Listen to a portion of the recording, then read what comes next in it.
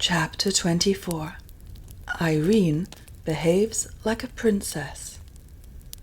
When the princess awoke from the sweetest of sleeps, she found her nurse bending over her, the housekeeper looking over the nurse's shoulder, and the laundry maid looking over the housekeeper's.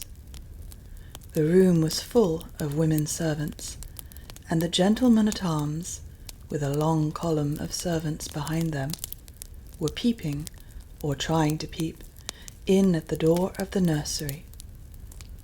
"Are those horrid creatures gone?" asked the princess, remembering first what had terrified her in the morning. "You naughty, naughty little princess!" cried Lootie. Her face was very pale, with red streaks in it, and she looked as if she were going to shake her. But Irene said nothing, only waited to hear what should come next. "How could you get under the clothes like that, and make us all fancy you were lost? And keep it up all day too? You are the most obstinate child. It's anything but fun to us, I can tell you." It was the only way the nurse could account for her disappearance. "I didn't do that, Lootie," said Irene, very quietly. "Don't tell stories," cried her nurse, quite rudely. "I shall tell you nothing at all," said Irene. "That's just as bad," said the nurse. "Just as bad to say nothing at all as to tell stories?" exclaimed the princess. "I will ask my papa about that. He won't say so, and I don't think he will like you to say so." "Tell me directly what you mean by it," screamed the nurse, half wild with anger at the princess, and fright at the possible consequences to herself. "When I tell you the truth, Lootie," said the princess, who somehow did not feel at all angry, "you say to me, 'Don't tell stories.' It seems I must tell stories before you will believe me." "You are very rude, princess," said the nurse. "You are so rude, Lootie, that I will not speak to you again until you are sorry." "Why should I, when I know you will not believe me?" returned the princess, for she did know perfectly well that if she were to tell Lootie what she had been about, the more she went on to tell her, the less she would believe her. "You are the most provoking child," cried her nurse. "You deserve to be well punished for your wicked behaviour." "Please, Mrs. Housekeeper," said the princess, "will you take me to your room and keep me till my king papa comes? I will ask him to come as soon as he can." Everyone stared at these words. Up to this moment they had all regarded her as little more than a baby. But the housekeeper was afraid of the nurse, and sought to patch matters up, saying, "I am sure, Princess, Nursey did not mean to be rude to you." "I do not think my papa would wish me to have a nurse who spoke to me as Lootie does. If she thinks I tell lies, she had better either say so to my papa or go away. So, Walter, will you take charge of me?" "With the greatest of pleasure, Princess," answered the captain of the gentlemen-at-arms, walking with his great stride into the room. The crowd of servants made eager way for him, and he bowed low before the little princess's bed. "I shall send my servant at once, on the fastest horse in the stable, to tell your king papa that your royal highness deserves his presence. When you have chosen one of these under-servants to wait upon you, I shall order the room to be cleared." "Thank you very much, Sir Walter," said the princess, and her eye glanced towards a rosy-cheeked girl who had lately come to the house as a scullery maid. But when Lootie saw the eyes of her dear princess going in search of another instead of her, she fell upon her knees by the bedside, and burst into a great cry of distress. "I think, Sir Walter," said the princess, "I will keep Lootie, but I put myself under your care, and you need not trouble my king papa until I speak to you again. Will you all please go away?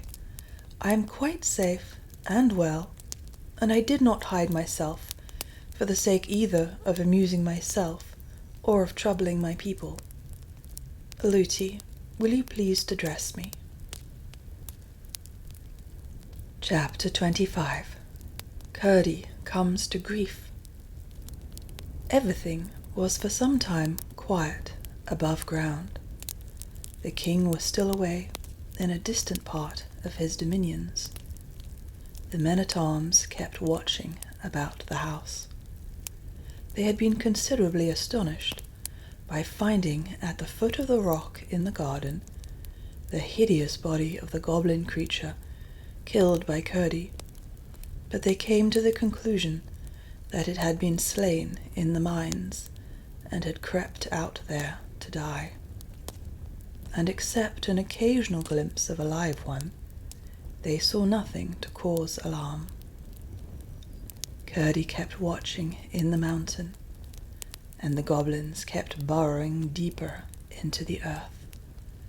As long as they went deeper, there was, Curdie judged, no immediate danger.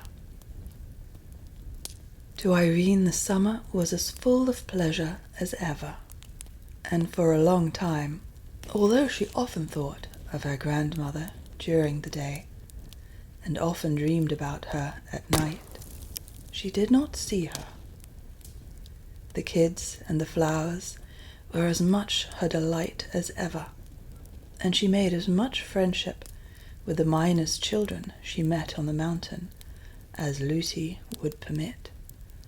But Lootie had very foolish notions concerning the dignity of a princess, not understanding that the truest princess is just the one who loves all her brothers and sisters best, and who is most able to do them good by being humble towards them.